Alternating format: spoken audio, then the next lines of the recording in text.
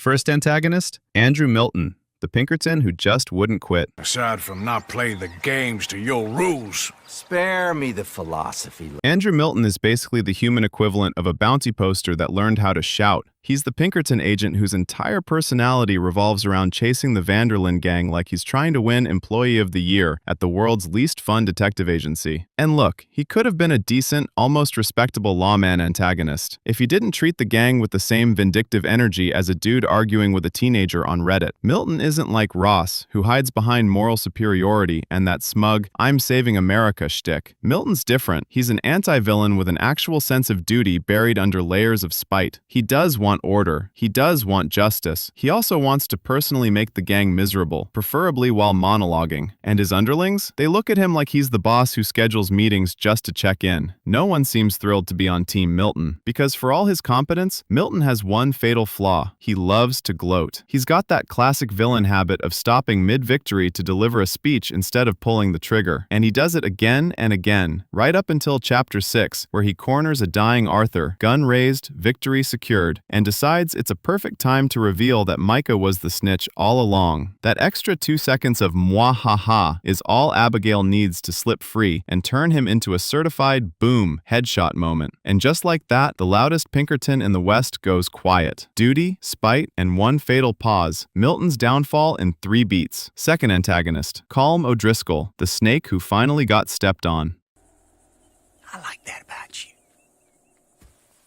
What are we doing here? Colm O'Driscoll isn't just an antagonist, he's the walking, snarling embodiment of pure outlaw garbage. If Dutch is the philosopher bandit, Colm is the rat king in a human suit. Their rivalry goes so far back it may as well be in the fossil record. Dutch kills Colm's brother, Colm kills Annabelle, but the twist? Colm eventually admits he didn't even like his brother. He just wanted an excuse to hurt Dutch. That's the level of snake energy we're dealing with. And yes, the snakeskin hat band is not accidental. Colm's whole vibe is axe-crazy outlaw chaos. He burns, pillages, murders, and treats his own men like disposable ammo. Dutch inspires loyalty. Colm hires whatever scum he finds in a ditch. Even Kieran, who's coerced into the gang, knows Colm would kill him whether he failed or succeeded. And tragically, he's right. Every moment with Colm is peak villainy. He writes letters full of fake remorse, only for you to realize they're coded instructions to murder witnesses. He kidnaps Arthur, hoping Dutch will storm in guns blazing. A classic Batman gambit designed to draw the gang into a trap. But the gamble fails spectacularly when Dutch doesn't come. Arthur's absence becomes the first big fracture in the dutiful son illusion. The wildest part? For all that buildup, Colm barely makes a dent in the bigger story. He's a relic of an older outlaw era, a big bad wannabe clinging to relevance as the world moves on. And his end is beautifully ironic. He plans to use the law to destroy Dutch, only for the Vanderlyns to use the law to destroy him. One last snake, finally cornered. Revenge, rattlesnakes, and a ruined rescue. Colm's downfall slithers full circle. Third antagonist, Catherine Braithwaite, the Southern Belle from Actual Hell. Whoa. Relax, I ain't here to rob you.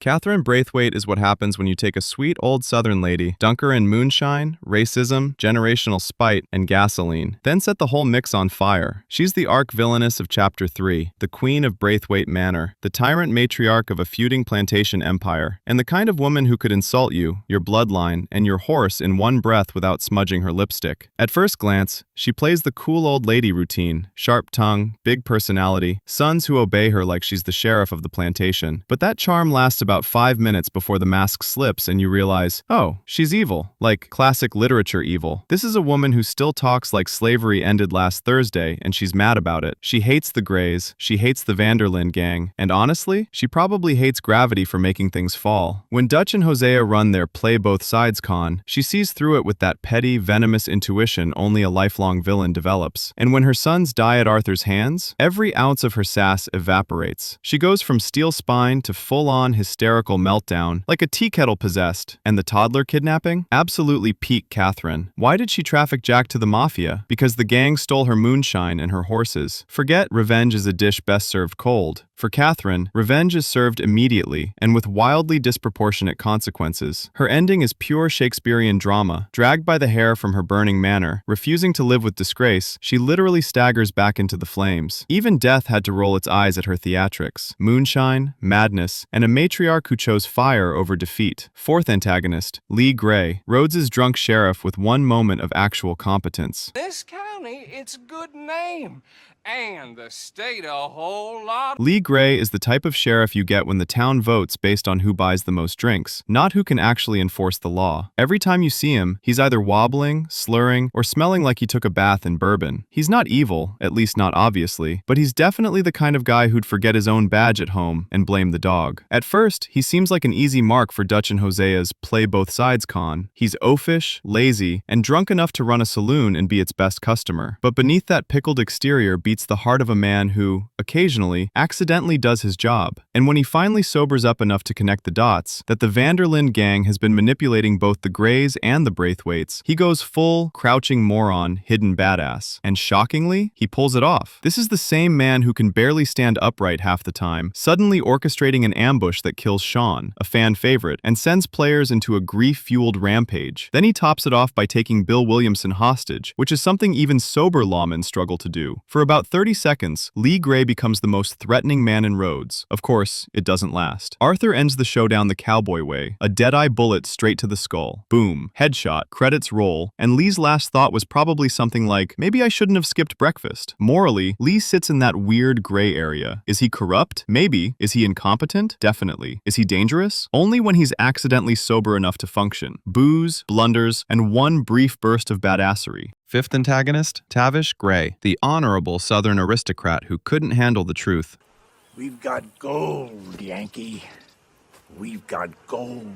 Tavish Gray is what happens when a small-town tyrant builds his entire identity on two things: a last name with too much dust on it, a fantasy version of his ancestors that he really should have fact-checked sooner. He's the patriarch of the Gray family, Rhodes's other corrupt aristocracy, and he walks around like a man who believes honor is something you can buy in bulk. Dutch labels him an asshole victim, and honestly, fair. Tavish acts like a gentleman plantation lord from a lost century, but behind the fancy talk, he's still running shady businesses, manipulating the town, and pretending the Confederacy just took a long lunch break. What really makes Tavish fascinating and darkly funny is his obsession with being descended from noble Scottish Jacobite rebels. He brags about it constantly, like it's his personality. But then he writes to an actual historian in Edinburgh and gets slapped across the face by reality. Turns out his great-great-granddaddy wasn't a brave rebel. He was a snitch who sold out the Jacobites and fled to America to avoid getting bagpiped into oblivion. Tavish reads that letter and basically speedruns the go mad from Revelation trope, and it just piles on from there. His tobacco fields burn, his men die, his sons fall apart, one even runs off with a Braithwaite girl. His family's legacy crumbles faster than his accent. Tavish's entire life's work collapses, and the man who preached honor can't handle being literally not a true Scotsman, so he ends things himself. It's tragic, pathetic, and grimly ironic, history repeating itself one cowardly Gray at a time. False pride, failed legacy, and one fatal family revelation. Sixth antagonist, Abel Atherton, the invisible rich guy ruining everyone's day.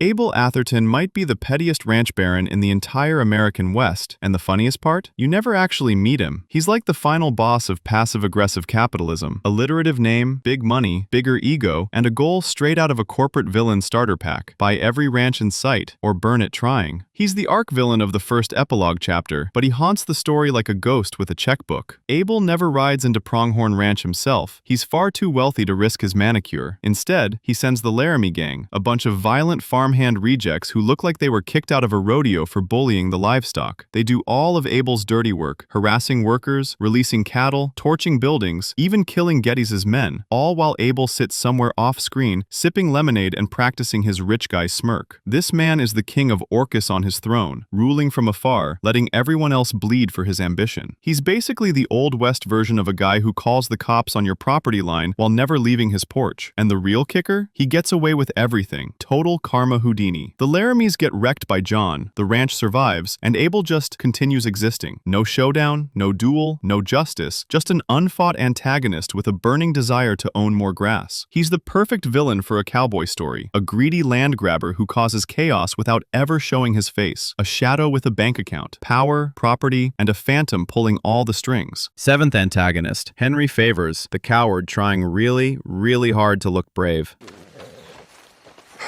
Colonel Favours, Captain Monroe. Colonel Henry Favours is what you get when you mix military rank, insecurity the size of a steam train, and the emotional maturity of a soggy biscuit. He's the arch villain of Chapter 6, the U.S. Army liaison to the Wapiti Reservation, and every soldier under him hates his guts. Not dislikes, not questions, hates. They talk about him like he's the human embodiment of paperwork, pointless, frustrating, and only tolerated because they legally have to. Favours' entire villain arc is built on one thing, fixing his reputation as Hightail Favours, the Civil War coward who either ran from battle or missed it in the most suspicious way possible. To make up for this, he decides to engineer a glorious war against a starving tribe living on stolen land. Peak coward move, maximum villain cringe. He's also on Leviticus Cornwall's payroll, meant to push the Wapiti into conflict so Cornwall can drill their land for oil. Except, plot twist, Cornwall dies before Favours gets results, and there's no oil under the reservation anyway. Favours basically started a humanitarian crisis for nothing. The man's entire villain plan is a cosmic L. His soldiers mock him. 2 desert him. He brags about bravery but never shows up to the fight until the final moments. Classic dirty coward energy. And when war finally breaks out, Favours gets exactly what he spent the entire chapter begging the universe for, a battlefield. Except he immediately becomes one of its casualties after shooting eagle flies, and Arthur puts him down without hesitation. Favours dies the way he lived. Pathetic, unpopular, and overshadowed by villains far more dangerous than him. Cowardice, cruelty, and a comeback that never came. 8th antagonist, Levi Simon, the overseer who picked the wrong outlaws to bully. Now, Mr. O'Malley, without taking a chance on a bunch of vagabonds.